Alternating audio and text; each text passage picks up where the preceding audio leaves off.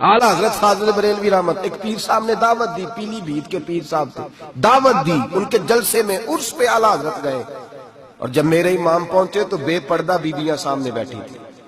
میرا موضوع نہیں تھا لیکن بات ہو رہی تھی، سوال پوچھا جا رہا تھا تو وضاحت ضروری سمجھ رہا ہوں۔ بے پردہ بیویاں سامنے بیٹھی تھی، اور وہ بزرگ سید بھی کہلاتے تھے۔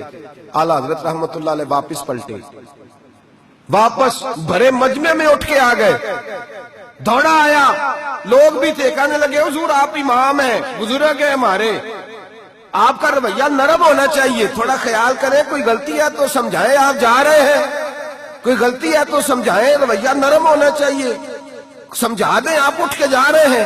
آپ فرمانے لگے جو رسول اللہ کی شریعت کا لحاظ نہ کرے اس کے ساتھ نرم رویہ نہیں رکھنا چاہیے، نرم رویہ نہیں رکھنا۔ فرمایا اگر آپ سید نہ کہلاتے ہوتے تو پھر میں کھڑے ہو کے بات کرتا، نرمی صرف اس لیے کی ہے کہ تیری نسل پاک میں ہے بچہ بچہ نور کا۔ لیکن وہ شاہ بھی کوئی قیمتی بزرگ تھے، سید صاحب بھی، اور کہنے لگے حضور بھی میری طرف دیکھیں، بڑے مجمع میں کہتا ہوں مجھ سے غلطی ہوگی، آئندہ نہیں کروں گا۔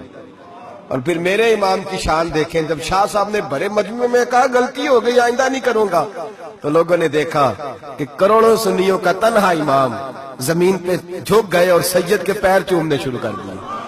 فرمانے لگے اگر آپ غلطی مانتے ہیں تو میں بھی رسول اللہ کی اولاد کا نوکر ہوں۔ تو میرے بھائی یاد رکھیں، ایسے ہی تھوڑا آ گئے ہم، کوئی ایسے گرے پڑے لوگ نہیں جس مرضی آدمی کو اٹھ کے ماننا شروع کر دے۔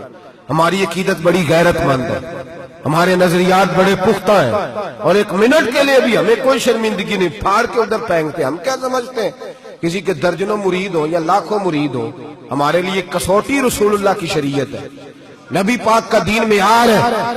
اور میں ایک بات درجنوں دفعہ بیان کیا، پھر دہراتا ہوں، داتا گنج بخش علی اجمیری رحمت اللہ علیہ 1000 سال پہلے کشف المعجوب میں لکھ کے گئے، حضرت باعزید بستامی کا قول، آپ فرماتے ہیں تمہاری آنکھوں کے سامنے، یہاں تو کرامت دکھاتے ہی کوئی نہیں، کہانیاں سناتے ہیں، کہانیوں پہ لوگ لگ گئے۔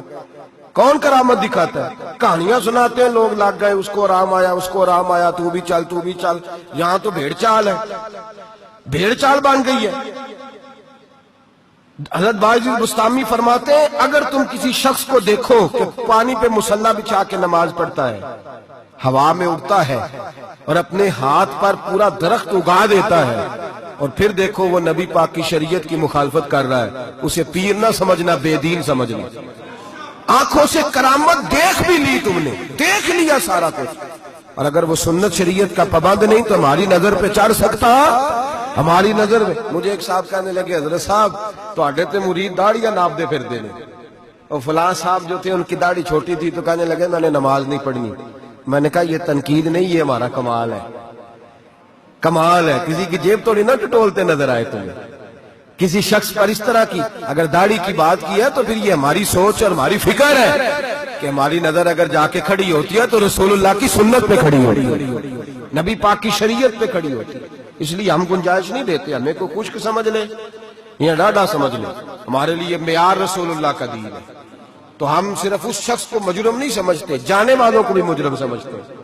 ایک صاحب مجھے آج صبح کہہ رہے تھے جی یہ لوگوں کو پھانس کہتے لیتے ہیں، تو میں نے کہا جس طرح تمہارے سیاستدان تمہیں پھانس لیتے ہیں، تو پتہ نہیں سارے کس طرح کے ہیں، پھنستے ہو کہ نہیں، پھنس جاتے ہو نا۔ تو میں نے کہا پھنسانے کا کیا ہے، یہاں تو لوگوں نے جال پھینکا ہوا ہے، جس کے جو قابو آ رہا ہے وہ کام نہیں کر رہا، چپ کر گیا۔ تو میں نے کہا یہ فٹافٹ بات تم نے پھیر دی ہے نا، درجنوں لوگ کہتے ہیں نا غلط ہے، لیکن تم چھوڑنے کو تیار ہے نہیں ہوتے، تو بھائی اسی طرح لوگ پھنس جاتے ہیں، وہاں بھی باتوں میں ہی آتے ہیں، جہاں سیاستدانوں کی باتوں میں آ گئے، چوروں وڈیروں ظالموں کی باتوں میں آ گئے۔ تو یہ جملہ اور یہ تھوڑی سی بات کہنی بڑی ضروری تھی، اس کو یاد رکھیں، ہمارا ایسے لوگوں کے ساتھ قطعی طور پر کوئی تعلق نہیں ہے۔ اور میں نے بڑی دفعہ کہا ہے قادری پیر ہو سکتا ہے، چشتی پیر ہو سکتا ہے، نقشبندی پیر ہو سکتا ہے، نوشائی پیر ہو سکتا ہے، نشئی پیر نہیں ہو سکتا۔ نشئی پیر سوال ہی نہیں پیدا ہوتا، ہو ہی نہیں سکتا۔ تو ایسے ہی ہم تو پھونک بھی نہیں مرواتے، سوال ہی نہیں۔ ہمارے قبلہ حاجی صاحب رحمت اللہ تعالیٰ علیہ سے ایک شخص نے کہا میں دم کرانے جا رہا ہوں، لیکن اس میں ساری خوبیاں، داڑھی چھوٹی ہے، فرمانے لگے نہیں دم بھی نہیں کرانا اسے، تو پھونک نہیں مرواتے، اتنے پابند ہیں، کچھ بھی ہو جائے۔ اس لیے نظریات کو سمجھیں، افکار کے مطابق چلیں، اور ہمیں کوئی شرمندگی نہیں اس لیے کہ ہمارا اس شخص سے کوئی تعلق ہے ہی نہیں، اس جماعت کا دور دور تک کوئی تعلق نہیں. جس کو بڑا شوق ہے وہ اپنے پاس لے جائے، اپنے پاس رکھ لے، ہمارا کوئی تعلق نہیں. بہرحال سوچ اچھی، فکر اچھا، اور اس بدگمانی میں اولیاء اللہ سے بدگمان نہیں ہو جانا چاہیے. اس بدگمانی میں اللہ کے بندوں سے بدگمان. دو گناہ ایسے ہیں شریعت میں، صرف دو گناہ جن کے بارے میں فرمایا اگر تم وہ باقی کا تمہیں عذاب ملے گا، جہنم ملے گی، یہ ہوگا. دو گناہ ایسے ہیں جن کے بارے میں فرمایا تم سے اللہ جنگ کرے گا. اگر یہ گناہ کرو گے تو اللہ تم سے، بول کے بتائیے، اللہ تم سے جنگ کرے گا. جنگ کرے گا اللہ کون سے؟ ایک فرمایا جس نے سود نہ چھوڑا، فَأْذَنُوا بِحَرْبٍ مِّنَ اللَّهِ وَرَسُولِهِ. اللہ رسول اس سے جنگ کریں گے. جنگ ہوگی کھلے عام. اگر تو سود نہیں چھوڑتا تو تیاری کر لے، اللہ اور اس کا رسول جنگ کریں گے. سکون کیسے ہو سکتا ہے؟ تیری جنگ لگی ہوئی اللہ رسول کے ساتھ. اور دوسرا فرمایا من عاد لی ولیا فقد آذنتہ بالحرب. سید حدیث ہے، نبی پاک نے فرمایا، رب فرماتا ہے جس نے میرے کسی ولی سے دشمنی کی، جس نے میرے کسی ولی سے دشمنی کی، اللہ فرماتے ہیں میرا اس کے خلاف اعلان جنگ ہے، میں جنگ کروں گا. میرا ولی اور تو دشمنی کر جائے، اللہ کے ولیوں سے بدگمانی کرنا.